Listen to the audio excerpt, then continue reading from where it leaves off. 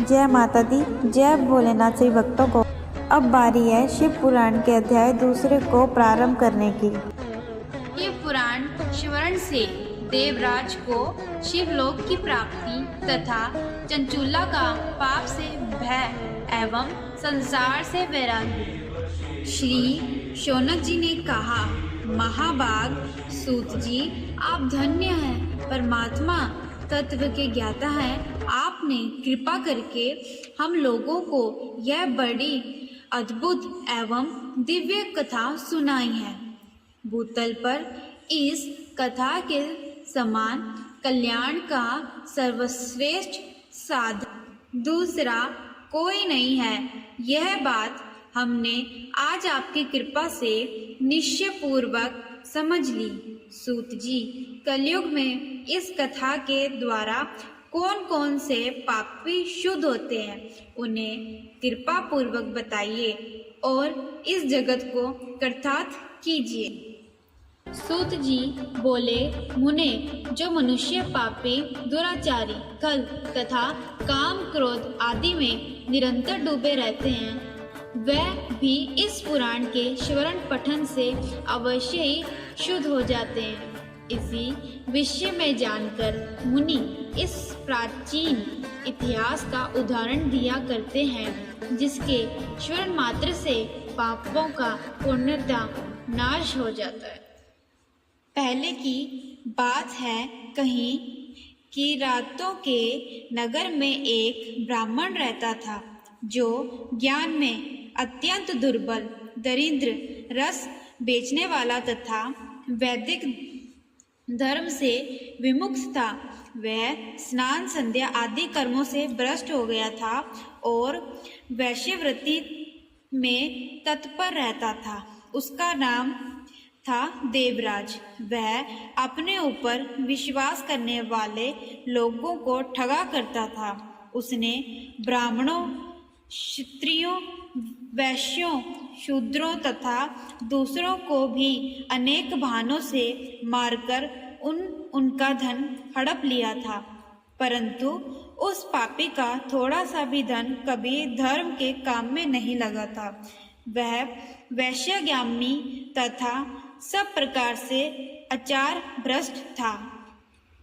एक दिन घूमता घामता वह देवयोग से प्रतिष्ठान पूर्व जूसी प्रयाग में जा पहुंचा। वहां उसने एक शिवालय देखा, जहां बहुत से साधु महात्मा एकत्रित हुए थे। देवराज उस शिवालय में ठहर गया, किंतु वहां उस ब्राह्मण को ज्वर आ गया। उस ज्वर से उसको बड़ी पीड़ा होने लगी। वहां एक ब्राह्मण देवता शिव पुराण की कथा सुना रहे थे। ज्वर में पड़ा हुआ देवराज ब्राह्मण के मुखार रविंदे से निकली हुई उस शिव कथा को निरंतर सुनता रहा। एक मास के बाद वह ज्वर से पीड़ित होकर चल बसा। यमराज के दूत आए और उसे पाशाओं से बांधकर बलपूर्वक यमपुरी ले गए। इतने में ही शिवलोक से भगवान शिव के पार्षदगण आ गए। उनके गौर अंग कपूर के समान उज्जवल थे, हाथ त्रिशूल से सुशोभित हो रहे थे। उनके संपूर्ण अंग भस्म से उदासित थे और रुद्राक्ष की मालाएं उनके शरीर की शोभा बढ़ा रही थी। वह सब के सब क्रोधपूर्वक यमपुरी में गए और यमराज के दूतों को मार पीट कर बारंबार धमकाकर उन्होंने देवराज को उनके चंगुल से छुड़ा लिया और अत्यंत अद्भुत विमान पर बिठाकर जब वह शिवदूत कैलाश जाने को उद्यत हुए, उस समय यमपुरी में बड़ा भारी कोलाहल मच गया। उस कोलाहल को सुनकर धर्मराज अपने भवन से बाहर आए। साक्षात दूसरे रुद्र के समान प्रतीत होने वाले उन चारों दूतों को देखकर धर्मराज उनका विधि पूर्वक पूजन किया और ज्ञान दृष्टि से देखकर सारा वृत्तांत जान लिया।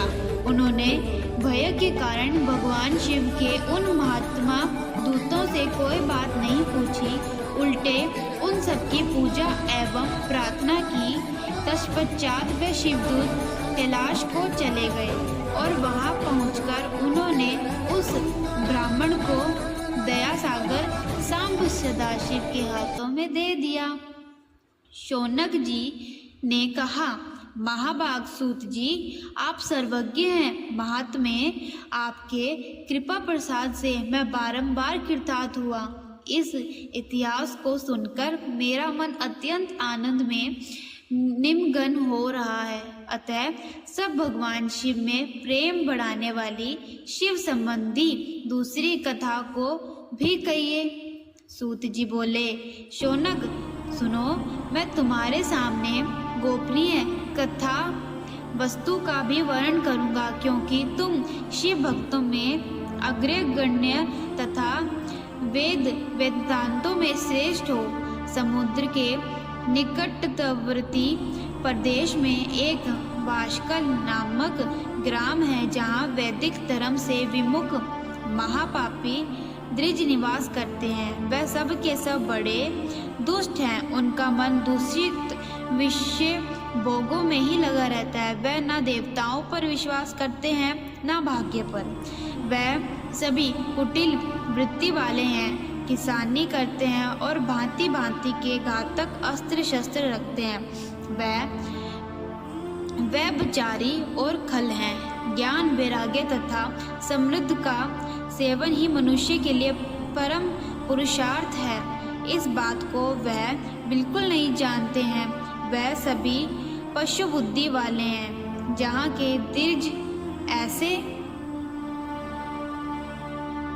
हो, वहाँ के अन्य वर्णों के विषय में क्या कहा जाए।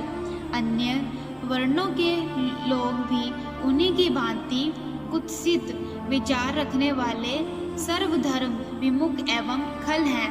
वह सदा कुकर्म में लगे रहते हैं और नित्य विषय भोगों में ही डूबे रहते हैं। वहाँ की सब स्त्रियां भी कुटिल स्वभाव की हैं। स्वेच्छाधारिणी, पापस्तत्, कुत्सित विचार वाली और व्यभिचारी हैं। वह सद्व्यवहार तथा सदाचार से सर्वथा शून्य है। इस प्रकार वहाँ दुष्टों का ही निवास है। उस वाशकल नामक ग्राम में किसी समय एक बिंदुक नामधारी ब्राह्मण रहता था। वह बड़ा अधम था, दुरात्मा और महापापी था। यद्यपि उसकी स्त्री बड़ी सुंदर थी, तो भी वह कुमार्ग पर ही चलता था। उसकी पत्नी का नाम चंचुला था। वह सदा उत्तम धर्म के पालन में लगी रहती थी, तो भी उसे छोड़कर वह दुष्ट ब्राह्मण वैश्यागी में हो गया था। वह इस तरह कुकर्म लगे हुए उस बिंदु के बहुत वर्ष व्यतीत हो गए। उसकी स्त्री चंचुला काम से पीड़ित होने पर भी सब धर्म नाशक के भय से क्लेश सहकर भी दीर्घ काल तक धर्म से भ्रष्ट नहीं हुई, परंतु दुराचारी पति के आचरण से प्रभावित हो आगे चलकर वह स्त्री भी दुराचारी हो गई। इस तरह दुराचार में डूबे हुए उन मुंड चित्त वाले पति पत्नी का बहुत सा समय व्यर्थ बीत गया। तदंतर शूद्र जातीय वैश्य का पति बना हुआ वह दूषित बुद्धि वाला दुष्ट ब्राह्मण बिंदुक समयानुसार मृत्यु को प्राप्त हो नरक में जा पड़ा। बहुत दिनों तक नरक के दुख भोगकर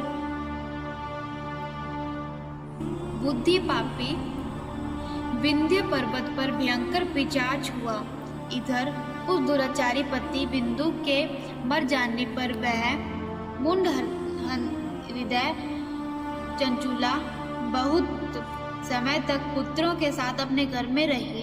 एक दिन देवयोग से किसी पुण्य पर्व के आने पर वह स्त्री भाई बंधु को साथ गोकर्ण क्षेत्र में गई। तीर्थ यात्रियों के संग से उसने भी उस समय जाकर किसी तीर्थ के जल में स्नान किया। फिर वह धारणतेय मेला देखने की दृष्टि से बंधुजनों के साथ यत्र तत्र घूमने लगी। घूमती घामती किसी देव मंदिर में गई और वहां उसने एक देवगृह ब्राह्मण के मुख से भगवान शिव की परम पवित्र एवं मंगलकारिणी उत्तम पौराणिक कथा सुनी। कथावाचक ब्राह्मण कह रहे थे कि जो स्त्रियां पुरुषों के साथ वह विचार करती हैं, वह मरने के बाद जब यमलोक जाती हैं, तब यमराज के दूत उनकी योनि में तपे हुए लोहे का परिघ डालते हैं।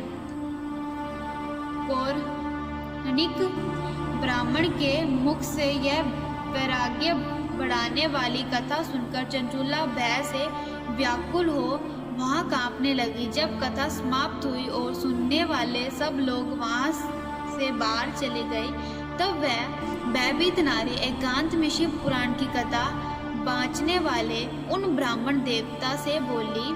चंचूला ने कहा, ब्राह्मण, मैं अपने धर्म को नहीं जानती, इसलिए मेरे द्वारा बड़ा दुराचार हुआ। स्वामिन, मेरे ऊपर अनुपम कृपा करके आप मेरा उद्धार कीजिए। आज आपके वैराग्य रस से ओतप्रोत इस प्रवचन को सुनकर मुझे बड़ा भय लग रहा है। मैं कांप उठी हूँ और मुझे इस संसार से वैराग्य हो गया है। मुझे मूढ़ चित्त वाली पापिनी को धिक्कार है। मैं सर्वथा निंदा के योग्य हूँ, कुत्सित विषयों में फंसी हुई हूँ और अपने धर्म से विमुख हो गई हूँ। हाय, न जाने किस घोर कष्टदायक दुर्गति में मुझे पड़ना पड़ेगा और वहाँ कौन बुद्धिमान पुरुष कुमार्ग में मन लगाने वाली मुझ पापिनी का साथ देगा। मृत्यु काल में उन भयंकर यमदूतों को मैं कैसे देखूंगी? जब वह बलपूर्वक मेरे गले में फंदे डालकर मुझे बांधेंगे, तब मैं कैसे धीरज धारण कर सकूंगी? नरक में जब मेरे शरीर के टुकड़े टुकड़े किए जाएंगे, उस समय विशेष दुख देने वाले उस महायातन को मैं वहाँ कैसे सहूंगी? हाय, मैं मारी गई, मैं जल गई, मेरा हृदय वितीर्ण हो गया और मैं सब प्रकार से नष्ट हो गई, क्योंकि मैं हर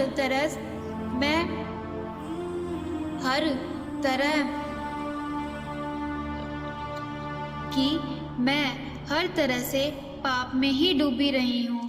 ब्राह्मण, आप ही मेरे गुरु, आप ही माता और आप ही पिता हैं। आपके शरण में आई हुई मुझ दीन अबला का आप भी उद्धार कीजिए। सूत जी कहते हैं, शौनक इस प्रकार खेद और वैराग्य से युक्त हुई चंचूला ब्राह्मण देवता के दोनों चरणों में गिर पड़ी।